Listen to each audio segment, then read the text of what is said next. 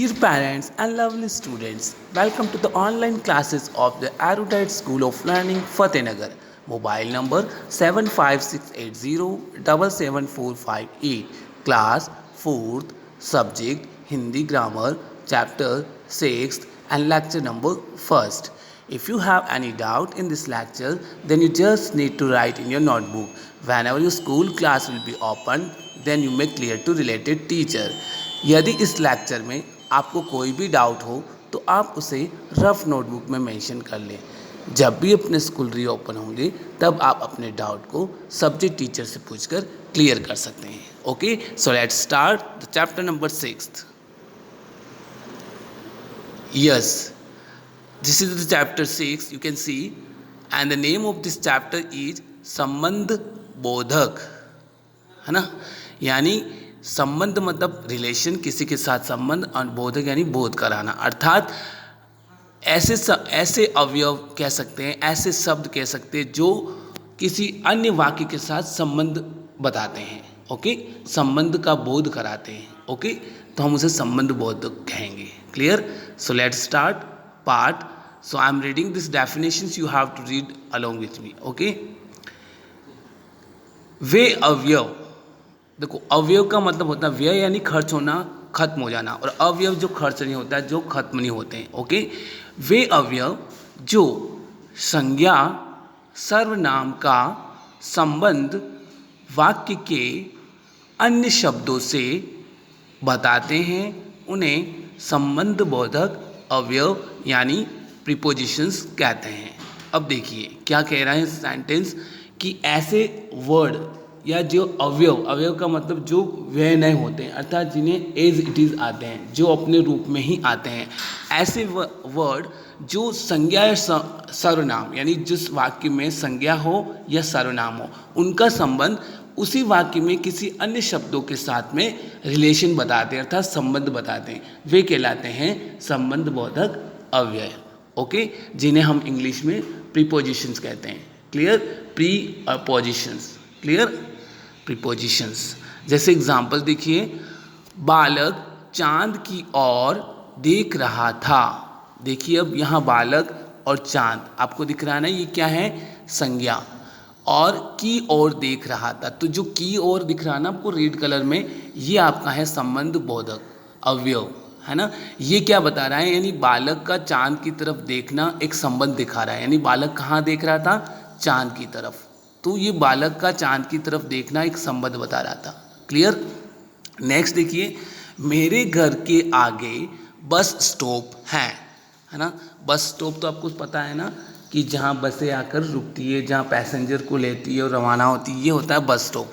तो कहा है कि मेरे घर के आगे, यानी घर जो है यानी अपना घर, मेरे घर के आगे बस स्टॉप है, तो यानी आपका घर और बस स्टॉप, इन दोनों के बीच में रिलेशन का काम किसने किया? के आगे। तो के आगे क्या हुआ? संबंध बोधक अवयव। ओके, नेक्स्ट देखिए बेटा, मछलियाँ जल के बिना जीवित नहीं रह सकती। तो यहाँ मछलियाँ हैं वो नाउन है, यानी कि संज्ञा है। क्लियर? और जल के बिना जीवित नहीं, यानी मछली का जल से संबंध है, यानी अगर जल नहीं होगा और मछलियाँ हैं तो वो मर जाएगी, यानी मछली और जल का कनेक्शन है या संबंध है। तो उनको कौन बता रहा है? के बिना, है ना। यानी मछलियाँ जल के बिना जीवित नहीं रह सकती। तो ठीक है, मछलियाँ और जल का यानी एक दूसरे का संबंध बताया, यानी जीवित रहने के संदर्भ में। ओके, अब ऊपर दिए गए वाक्यों में की ओर, के आगे, के बिना आदि संबंध बोधक अवयव हैं। इस प्रकार अन्य संबंध बोधक अवयव होते हैं। क्लियर? अन्य भी हैं, दे रखे, देखिए। फर्स्ट है पहले बाद में, ये भी दो संबंध बोधक अवयव हैं। समान जैसा, संग साथ, पीछे सामने, कारण वास्ते, सिवा बिना, द्वारा सहारे, विपरीत उल्टा, पास दूर। देखिए ये सारे इन जो हमारे सेंटेंस में आए थे अवयव, इनके अलावा जो दूसरे हैं वो आपको दिखा रखे हैं। ओके, अब हम कुछ एग्जाम्पल ले रहे हैं। देखिए, रमेश शाम से पहले पहुंचा, है ना। यानी रमेश शाम से पहले पहुंचा, यानी रमेश जहाँ उसकी श्याम से कंपैरिजन की और उसको पहुंचने के बारे में बताया। तो यहाँ आएगा से पहले, क्या हो गया, एक संबंध बोधक अवयव। सीमा छत पर बैठी हैं, तो कहाँ बैठी है वो, छत पर। तो सीमा और छत का दोनों का संबंध हुआ, वो कहाँ बैठी है, छत पर। तो छत पर हुआ यानी पर हुआ, जो हुआ क्या हुआ, संबंध बोधक अवयव। सूरज उगने से पहले हमें सोकर उठ जाना चाहिए, यानी सूरज जब तक नहीं उगे उससे पहले हमें क्या हो जाना है, उठ जाना चाहिए। यानी हमारा और उठने से कनेक्शन है यहाँ, सूरज उगने से पहले।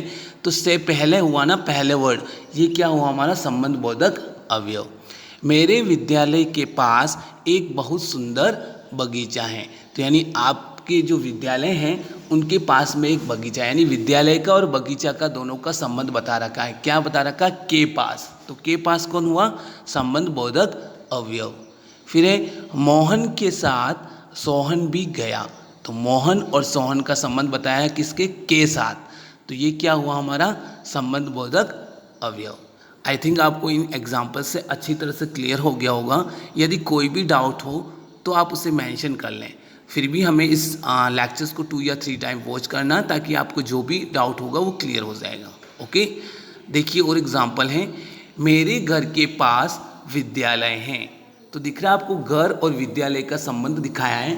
तो इसमें के पास क्या है, संबंध बोधक अवयव है।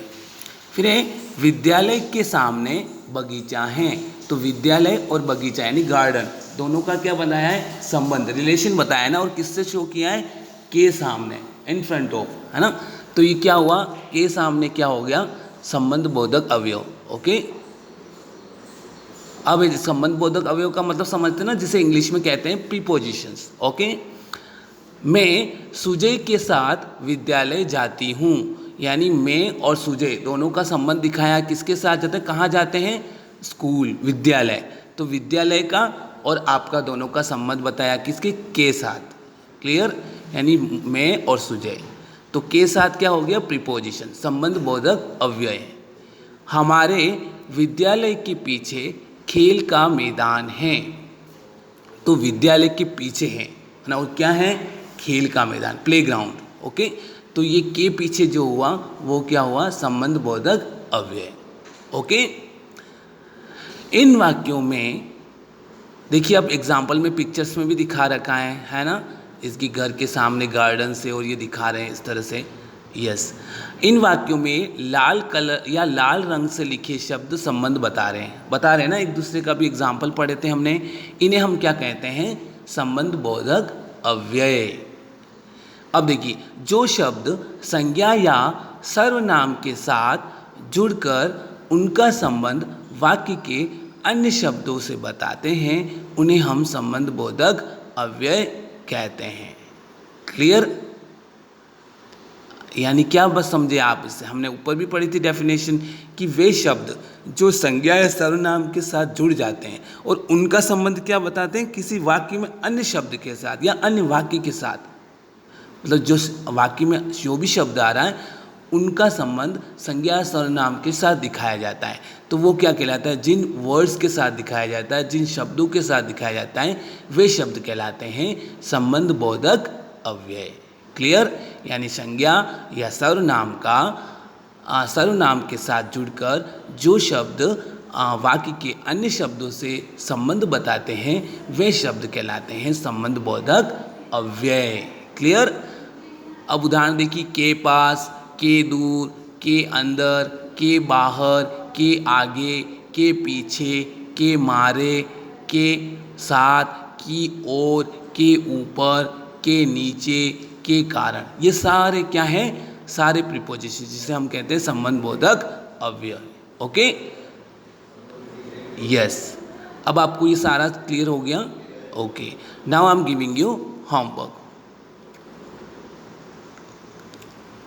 Yes, this is your homework. So first of all you have to mention subject Hindi grammar chapter 6th and lecture number 1st. तो फर्स्ट क्वेश्चन है संबंध बोधक अव्यय किसे कहते हैं। सो आपको क्या करना है, यहाँ इनका परिभाषा लिखनी है ना। अभी आया था ना, वे शब्द जो संज्ञा या सर्वनाम के साथ जुड़कर वाक्य में वाक्य के अन्य शब्दों के साथ संबंध बताते हैं उन्हें हम संबंध बोधक अव्यय कहते हैं। Is it clear? नेक्स्ट था संबंध बोधक अवयव के दो उदाहरण लिखो। कोई भी दो उदाहरण लिखने, इतने सारे एग्जाम्पल्स आए थे आपके सामने। जैसे लिख सकते हो मेरे घर के पास विद्यालय हैं, तो के पास क्या हो गया? संबंध बोधक अव्यय। एक और एग्जाम्पल देख लो कोई, जैसे विद्यालय के सामने बगीचा है, तो के सामने क्या हो गया? संबंध बोधक अवयव। ओके, इसी तरह से आपको कोई दो अन्य एग्जाम्पल लिखने हैं, है ना। मैंने तो बताया, आपको अलग से लिखने हैं। क्लियर? ओके, अब आपको क्या करना है, ये जो दोनों क्वेश्चंस को गुड हैंड राइटिंग में लिखना है और लर्न भी करना है। और अच्छी हैंड राइटिंग में लिखने के बाद अपने स्कूल के जो व्हाट्सअप नंबर हैं 7568077458 पर सेंड करना है। ओके बेटा, thank you, have a nice day.